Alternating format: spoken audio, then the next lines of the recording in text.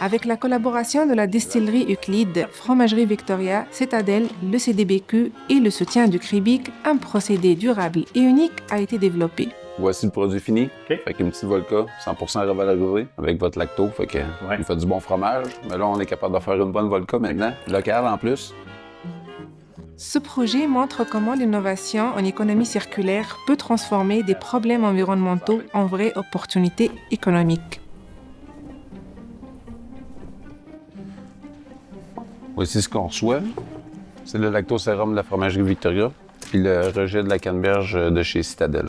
Fait que c'est à partir de ces deux produits-là qu'on a voulu développer notre vodka, qu'on a réussi avec le temps et beaucoup de tests. Quand on parle de synergie, c'est exactement ça. On utilise deux coproduits, le lactosérum et le rejet de la canneberge. On les fait travailler ensemble pour aller chercher un plein potentiel. Le résultat, on optimise la bioconversion pour aller chercher le meilleur rendement possible tout en réduisant notre émission. Comparé aux procédés traditionnels comme le maïs, notre impact environnemental est nettement inférieur.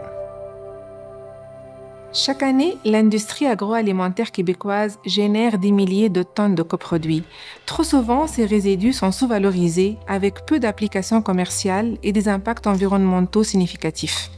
Le Cribic travaille à changer cette tendance. Il soutient des projets comme celui-ci en rassemblant des partenaires et en apportant l'appui financier nécessaire. Ce qu'on a réussi à faire, c'est de compenser les faiblesses d'un par les forces de l'autre. Donc, on arrive avec une densité qui nous permet d'avoir des bonnes bioconversions. Pour réussir, on a dû relever plusieurs défis. Le premier, c'était technique. Comprendre comment les coproduits pouvaient être complémentaires. Ensuite, il y avait des défis économiques. Donc, on a évalué le procédé pour s'assurer qu'il était viable pour toutes les parties prenantes. Finalement, il y avait les défis de durabilité qui étaient en fait au cœur du projet. Donc, lors du développement, on a tenté de minimiser la consommation en eau et en gaz à effet de serre. On a aussi favorisé l'écosystème de revalorisation locale.